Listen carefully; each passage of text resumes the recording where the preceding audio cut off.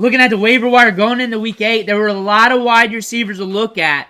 One trending wide receiver was Rashod Bateman, and we've been talking about him in the waiver wire videos almost all season long. Even after the first game of the season, he has been trending in a lot of the numbers on the spreadsheet. He's a guy to look at, especially deeper leagues, especially if you're hurting with your lineups every week, due to the opportunity in the offense, due to what Lamar Jackson's doing this year, due to Rashod Bateman further removed from those injuries. We're going to do a deep dive on him today to see whether or not you need him for fantasy football. The takes are always in the end. The takes are not always you need the guy, but you do need to pay attention to this. But right now, you need to click that subscribe button because we're going hard in the paint, doing these deep dives every single day on as many players as possible. We're looking at the waiver wire almost every day. We're using these videos to help you set your lineups. Rick Flair's watching you. Don't disappoint him. Click that button. Stop missing out. But Rashod Bateman, for fantasy football, not really a league winner right now, but since week 3, he has been very dependable, scoring in the double digits in 4 of his last 5 games. And the workload is what matters here because he's getting those deep targets. Target deep downfield, getting those opportunities, giving you that splash production. Against Dallas, he got that touchdown. Against the Bengals, he got a touchdown. He got a touchdown against Tampa Bay. But we're also getting targets. 4 against Dallas, 8 against the Bengals, 4 against Washington, 4 against Tampa Bay. Not a ton of volume, but the volume's through the air with those deep balls. Deep ball city with Rashod Bateman. And we're going to come back to that full circle and connect the dots and see whether or not you want that for your fantasy team, because that is very subjective. But looking at what he's doing on the season, he got his first wide receiver 1 week in week 7. He had 1 wide receiver 2 week in week 5. So he has not been like consistent in the rankings, but consistent with the baseline scoring over these last 5 games, with 1 down week against the Bills and a weird matchup there. But 11.2 PPR fantasy points per game. If you're looking at that off waivers over the course of time, there's not many wide receivers that's going to give you that off the waiver wire over a long stretch. And the reason why is the consistency of workload. Not just the amount of targets, but the air yards on top of that. And this guy's got a deep injury history preventing him from breaking out over the course of his career. Injury after injury after injury. The Liz Frank injury took some time for him to come back. He was back last year, but we said prior that he was a sell in Dynasty or a wait and see to buy on the low later due to that injury, because we knew that it was going to take some time for him to come back, for him to be back at full strength on the football field. He's cooking guys in the route running department right now. He was doing it last year. But now we're getting back to where we were prior to the Liz Frank injury. And it just takes time for you to come back from some of these injuries. It just takes like a year, 2 years before you're back to where you are, because you got to play at a high level to play in the National Football League. I hope you already knew that, but some of you I got questions about. But we're looking at 2023. That's the year we're questioning about. There is some clips of him just cooking DBs in 2023. The production wasn't there, wasn't 100% reliable. We were just ramping up. It was a ramp-up moment from that 2022 Liz Frank injury. Prior to that, and you look at the 2024 numbers compared to what we were seeing back into 2021 going into 2022, very similar to what we're seeing now. Maybe some more upside games. Maybe we're getting a little bit more steadier, considering we are a veteran now. We've been in the league a little longer. We're older. We're more mature into the game. But he's been cooking on the field. And going out for the draft, we were a first-round pick with a lot of upside. Very productive out of Minnesota. Top-tier production profile. Broke out at 18 years old. Had a top-tier target share in college, 35.7%. A top-tier dominator rating. Good athletic metrics. A lot of upside here. All his numbers had to be scaled back and skewed due to the COVID year in 2020 where he only played like a few games. But in those games, killing it in market share. If he played a full season there, I imagine there would be a bigger hype train on Rashod Bateman. And you're looking at the market share yards back in college. I just want to throw this at you because a lot of people do not understand why he's got his own little fan base on the internet. It's because the NFL draft community saw this wide receiver, what he was doing on the field, and his ownership of the passing yards and his ability to own a lot of it at a high percentage early at a young age is a huge indicator of success. Once we got to the NFL level, a lot of weird things happened with injuries. We had a ramp-up period during our rookie season. We had some injuries come in and out. It's just what happens. It's life. It's NFL. It's football. But we're looking at the volume here in the offense. Zay Flowers has been cooking. We're not saying Rashod Bateman is going to succeed Zay Flowers.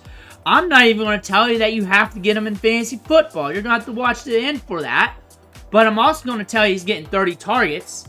And what I like about him, that 14.8 target share on the season. He's getting deep balls. Week 1, did not score much in fantasy production. But we pointed it out. He had 2 or 3 deep balls that he got overshot on. That if the ball got there, if it got there, he could have cashed pretty big that week. And he's got some upside to his name here. 13.1 yards per target. That is a ton of yards right there. 8.4 for Zay Flowers, 7.9 for Nelson Aguilar. He's getting pushed downfield. He's running a lot of routes. He's getting targets. He's getting the workload. We're looking at the target share here at 16%. It's fine. It's fine because he's deep ball city. Usually when you're straight deep ball city, you ain't getting all the targets. But if you're above 15% and you're pushing 15 in ADOT, and you're above 13 and 12, that's some numbers, man. That's some numbers because you're looking at 4 or 5 targets a game. 2 or 3 of those are deep balls. And if you bring in a couple of those, that's a massive fantasy performance. And if we can get that target share up to around 20% or so and get consistent with that on top of that ADOT, you're talking about a wide receiver who's going to start being consistent with big numbers. And we're opening up this passing game. And I'm going to share some stuff about that here soon. But Rashod Bateman, air yards per game. These last 3 weeks, it's went up. 86 against the Bengals, 92 against Tampa Bay. So in these matchups where there's firepower and he's pushing it downfield, we're going to see Rashod Bateman get some numbers there. And what I was talking about week 1, against Kansas City, 120 air yards. He was missed on some throws there. If that ball got there, he would have been big time for your fantasy team. Now, connect the dots here, and you're probably going to get my answer for you on what to expect for Rashod Bateman, but we're going to keep it going here. Now we're looking at Lamar Jackson's numbers here, where he's spraying the football at. And he's going downfield quite often. 22 pass attempts outside deep left, 15 over the middle, 31 to the right, deep right. Most of that, a lot of that, is Rashod Bateman. And even the next set, 10 plus yards, 54 over the middle, 32, and 24 left and right. That's solid. A lot of work in the passing game. We're getting more volume, and we're getting more deep volume downfield compared to last year. Not as many deep balls downfield. Everything was a little bit more tighter, more condensed in the passing game. Where a guy like Rashod Bateman, where they're wanting to use him deeper downfield and coming back from a Liz Frank injury, it's harder to do that with. You had Odell Beckham there, who, for a time, like 3 to 5 week run, was getting a deep ADOT and target share, which is an indicator that they wanted a wide receiver in the offense to have that. So that should have been translated to Rashod Bateman going into the season, but I digress. But looking at the routes ran, Rashod Bateman, 198 routes, pretty much 200 routes ran on the season, 76.4 route participation rates, 14.8 average depth of target here, 15.7% target share, rounded up to 16, that's why it's 16 on the other thing. But we're running a lot of routes. We're getting 4.3 targets per game. We're running 28.3 targets per game. Zay Flowers is getting a lot of targets as well. He's banged up. We'll see what's happening with him. But we're talking about Rashod Bateman for the long term. How he projects, what's he looking like. He's getting 63.3 air yards per game. But we had that slew of down games. But his targets, his volume, those targets downfield, that is pushing his fantasy production. And how we look at him is we're looking at him like a Will Fuller wide receiver. And some people loved Will Fuller. Some people really loved this wide receiver. Talked about him at nauseum. The thing about a Will Fuller type wide receiver, and I call it the Will Fuller effect, is that any given week this guy could go off. Any given week this guy can give you nothing. But when he goes off, it's glorious. When he doesn't go off, it's eh. And during 2020, that was like his best time. That was when he's in the heyday. That is when he's more notable. But some people really, really loved Will Fuller. This is not a comparison of the players. They're vastly different. Rashod Bateman's more technical. He's more sound catching the football. Will Fuller's more of a deep threat. Has more speed. Vastly different players.